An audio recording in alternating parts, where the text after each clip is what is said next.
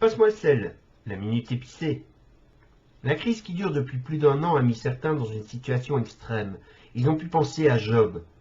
Job a tout perdu, ses biens, ses amis, sa famille. Il est dépouillé, il vit sur un tas d'ordures et il crie à Dieu.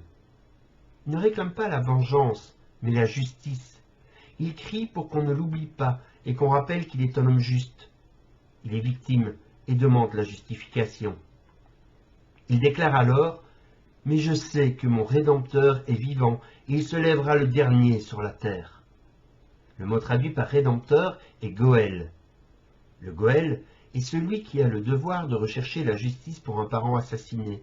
Il a le devoir de racheter l'héritage d'un proche décédé. Il ne peut faire que défendre celui dont il a la responsabilité. Et s'il parle le dernier, c'est parce que c'est lui qui rend le verdict. Job en appelle à Dieu, celui qui se présente comme le Goël des opprimés pour défendre sa cause. Il y a des millions de personnes qui sont assises, comme Job, sur des tas d'ordures, dans des bidonvilles, dans des villages délaissés, dans des déserts oubliés. Ils ont besoin d'espoir, ils ont besoin que quelqu'un parle pour eux, ils ont besoin d'un Goël. C'est ce que Cell Projet vous propose de faire en parrainant un enfant, en soutenant mensuellement un de nos projets de développement, en vous investissant pour ceux qui n'ont plus la force de crier pour réclamer la justice.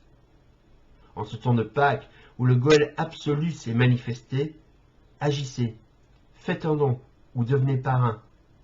Pour changer le monde, un enfant, une famille, un village à la fois. Tous les renseignements sont sur notre site cellprojet.be.